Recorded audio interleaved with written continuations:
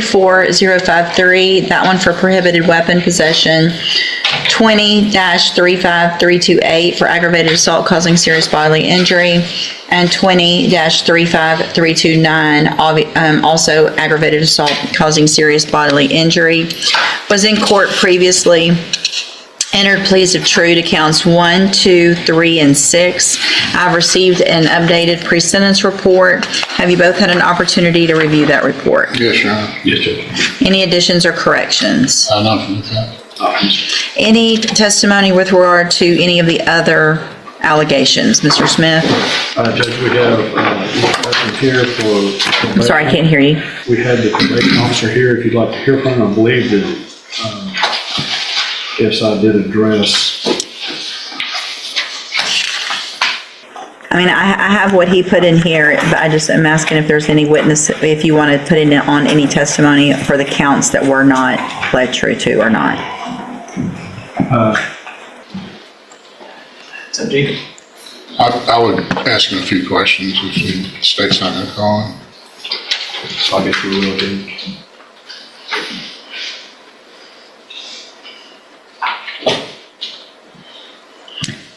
All right, Mr. Patton, if you please raise your right hand. Do you swear or affirm the testimony you're going to give in this hearing will be the truth, the whole truth, and nothing but the truth? I do. Thank you, sir. Go ahead. Mr. Paredes was ordered to perform community service, and has he completed all of that and provided verification to the probation department? He is not, no. And did he appear for alcohol or drug screening on June 18th, June 25th, July 2nd, July 5th, July 21st, 2020?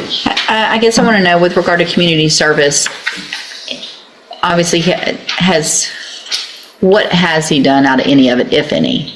Your Honor, in cause number 16-24053, he has completed 169 hours out of the originally assessed 300, Okay. which leaves him with 131.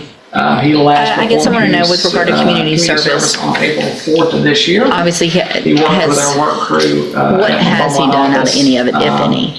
He has not performed any of the community service in either of the other two cost numbers. Okay, thank you. Mr. Kimler? Shouldn't the community service be concurrent in all three of the cases? In other words, the community service that he's done in one case should... And then we gave him probation on two after that. It is typically how we do that, Your Honor. We typically will give them credit for community supervision on any of the cases they're doing for us, regardless of when they started supervision. Okay, thank you. Community service. Mr. Kimler? Yes. Shouldn't the community service... May I proceed, John? Yeah. How long have you supervised him, Mr. Patton? And then we gave him probation on two in our after department. that. It is typically how we do it. On numerous occasions for administrative hearings, case staffings, and when I've held down a caseload when we've been in between officers. Because you have some familiarity with him. I do, yes, sir. And during the times that you supervised him directly, has he maintained proper demeanor with him? Yes, sir. Yes. Proper decorum, all those things? That is correct, yes, sir. And should he be continuing on probation, you would not be the supervising officer, that would be someone else, is that right? That is correct. I would not be supervising him. Well, let's say, I suppose you acted as a supervising officer at some point in your career at the probation department, is that right? That is correct, yes, sir. Assuming, let's just speak hypothetically, if you were a supervising officer again, would there be anything about Mr. Paredes that would continue to supervise him as far as his demeanor and decorum and attitude towards the probation department or personnel? Hypothetically, no, not concerning those items. Who was his supervising officer? His supervising officer was Alexandra Ariano. Ms. Ariano went out on maternity leave and elected to stay home with her child, and so we've since filled that vacancy with a new officer. Okay. But she was the one that was, I guess, directly supervising. That is correct, yes, sir. You got access to her records, is that right? I do, yes, sir. Is there any indications in there about some type of mental health referral, anything of that nature? No, sir, there's not that I've come across. And nothing in the records that indicate that there's ever been any type of mental health assessment or mental health recommendation for Mr. Paredes, particularly not for schizophrenia or anything like that, but perhaps depression or... Not that I've come across, no, sir. That's what it is. No further questions. All right. So, Mr. Paredes, It shows here in this updated pre-sentence report that one of the things you told Mr. Patton was that you had been on probation since you were 18 and you just couldn't do it anymore. Yes, ma'am. That's true. And then you said, I'll take a safe P. Why? Well, at the time when I told him that I couldn't take probation Mr. anymore, that one of the Paredes, times where I was it just shows spending a here little in this time with updated Chris, pre-sentence report from everything that's going that on one of the in the things past, you told with me being Mr. shot Patton and stuff like that. I was trying to that you had been on manage my probation arms, since you so were 18 and since you just then, couldn't I've do it been having anymore. bad PTSD. That's true. And then you said, I'll take a safe P. You know, there's some days where I'm good, some days I'm not. You know, some days I wake up on the wrong side of the bed from having nightmares. You know, and some days I'm just as happy as I can be. So from that point on,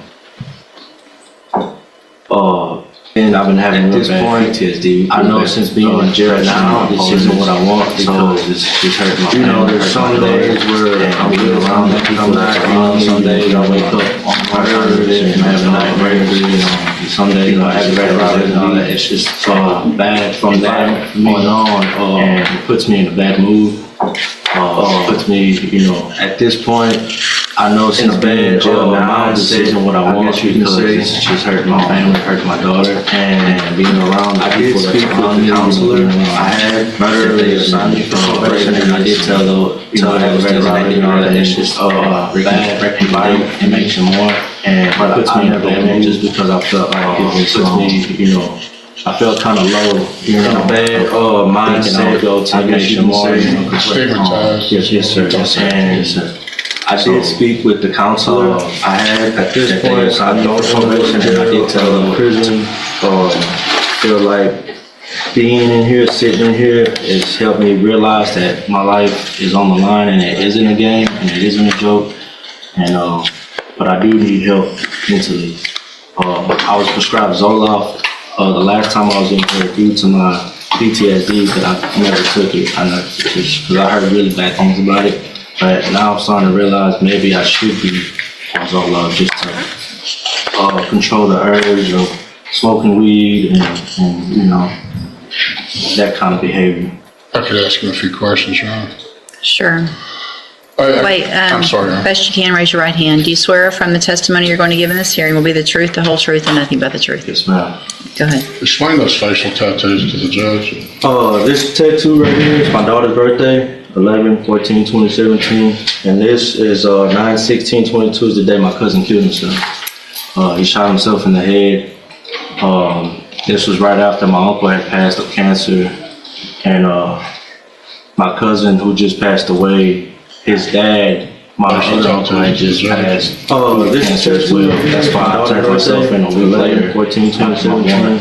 And this is 9/16/22. The day my cousin killed himself. And a music note. He shot himself in the head. That for my ex-girlfriend. This was right after my uncle had passed of cancer.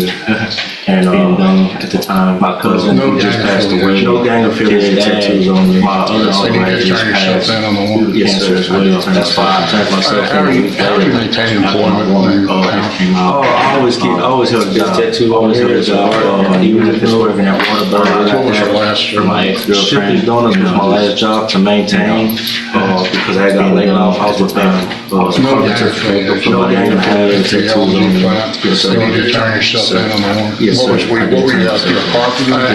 How are you maintaining employment? We were doing woodwork, building decks, and always held a job. Always held a job, even if it's working at Whataburger. What was your last job?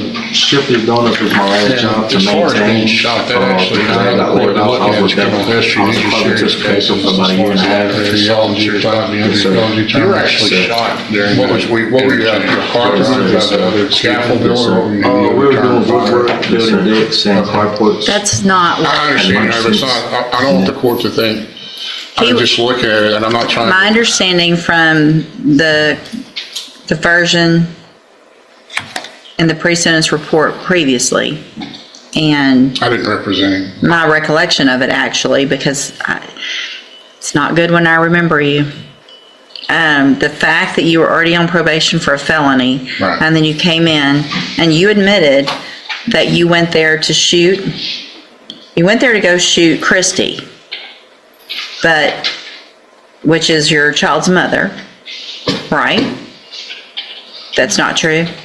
No? So did you mean to go shoot the two girls that got shot, Alexis and Taylor? No, ma'am. Who'd you mean to shoot? I didn't go there to shoot anybody.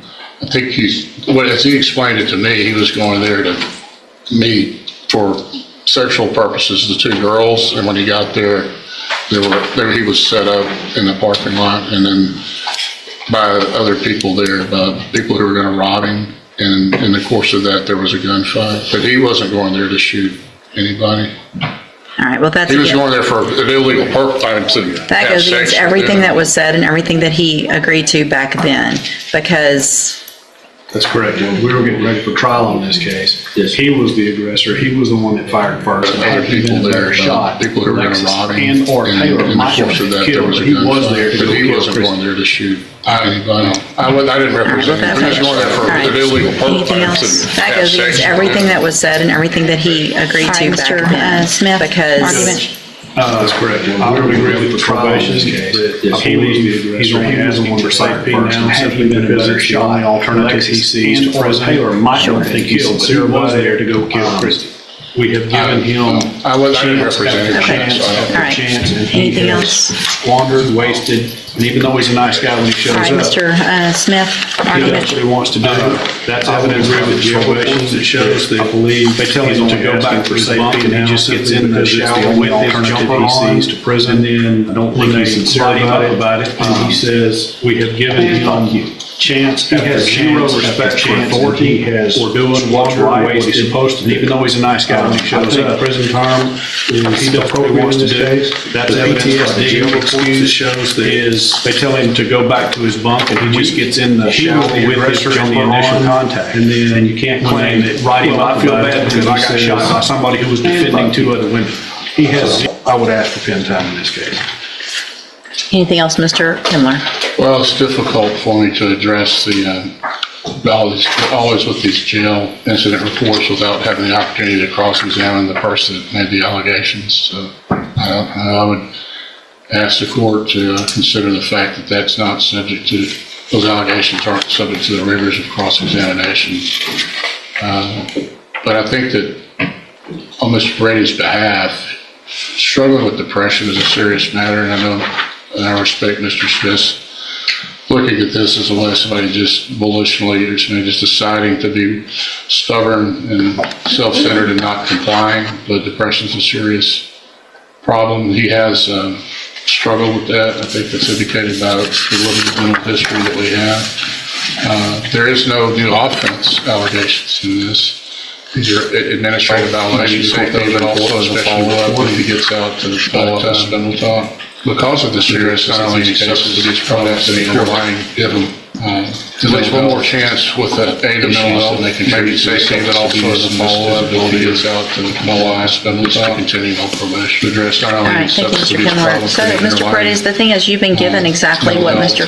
Kimmler is asking for. issues that may You've already been contribute to given substance that. abuse and You said it yourself. They recommended Spindletop. They recommended medications. You made conscious decisions not to follow through with what they exactly what was best for you, which is part of your probation. You've already been given that. Everything that you said it yourself. They recommended Spindletop. They recommended medications. The fact that you are on a probation decisions not to follow through with what they knew was best for you, which is part of your probation. When you were 18 years old, everything that you on a probation should do is deferred for that. November of 2016, you are on a probation here. You're put on probation for intended weapon, like you said, aggravated assault causing serious bodily injuries in March of 2022. 10 years deferred for that. November of 2016. Then we're back here. You're put on probation for there's no real reason for me not to believe that that's how it happened for a number of reasons. No one else was charged with aggravated assault, and you got shot shooting you in self-defense. And it appears that there's no real reason for me not to believe that that's how it happened for a number of reasons. No one else was charged with aggravated assault for shooting you. All the police reports, everything that went through in those pre-sentence reports previously that I have copies of, all makes it appear to be true that you went there to shoot either Christy and or whoever else. And luckily were not a good shot. One of the girls got shot 3 times and survived it. And for you to say you have PTSD from getting shot, I can't imagine what she has. I feel like you've been given every opportunity, and when I look back on some of these times where I give chances like I gave you, it's very frustrating and a little embarrassing because it looks like I was not really thinking clearly then. I understand that these are drug allegations. You've been given opportunities to get help. I mean, you've been on probation since 329. With every opportunity counts possible. 1, 2, 3, and 6. At this time, played true to cause number 16, 24053. Also found you true. Also based on the evidence presented today, I am going to find count 5 guilty of aggravated assault causing serious bodily injury. True to counts 1, 2, 3, and 6. Years in the institutional division of the evidence in each of the cases. You will also receive evidence in that case to find you guilty, and at this time, find you guilty gives you the right to possession of a prohibited weapon, finding of a deadly weapon in that case. Of 7 years in the institutional division of the Texas Department of Corrections. You will receive credit on that sentence for any counts 1, 2, 3, that the law gives you the right to receive. Find those counts true. And cause number 20-35329. Find sufficient evidence to find you guilty, and at this time find you guilty of aggravated assault causing serious bodily injury. Find them true. To a term of 12 years in the institutional division of the Texas Department of Corrections. And at this time find you guilty of aggravated assault causing serious bodily injury. That the law gives you the right to receive. 12 years in the institutional division of the Texas Department of Corrections. In that case, you will also receive credit on that sentence for any time that you've been in custody that the law gives you the right to receive. There will be an affirmative finding of a deadly weapon in that case. And cause number 20-35328. Again, find that you pled true to counts 1, 2, 3, and 6 freely and voluntarily. Find those counts true. Make a finding of count 5 true. Find sufficient evidence to find you guilty, and at this time find you guilty of aggravated assault causing serious bodily injury. Sentence you to a term of 12 years in the institutional division of the Texas Department of Corrections. You will receive credit on that sentence for any time that you've been in custody that the law gives you the right to receive. There will also be an affirmative finding of a deadly weapon in that case. All 3 of these will run concurrently, which means together at the same time. I am going to hand you a trial court certification. These were not agreements. You do have some rights to appeal. You can talk to Mr. Kimler about that. I need you both to sign and fill out the bottom, and you'll get a copy. I'm also handing you a written admonishment regarding your ineligibility to possess a firearm or ammunition. Because of the judgments entered against you, you're ineligible under Texas law to possess a firearm or ammunition. Possession of a firearm or ammunition could lead to charges against you. Firearm is a legal term, and you should read the written admonishment I provide you to see what devices qualify as a firearm. If you have questions about the laws that make you ineligible to possess a firearm or ammunition, or about how long that lasts, you can talk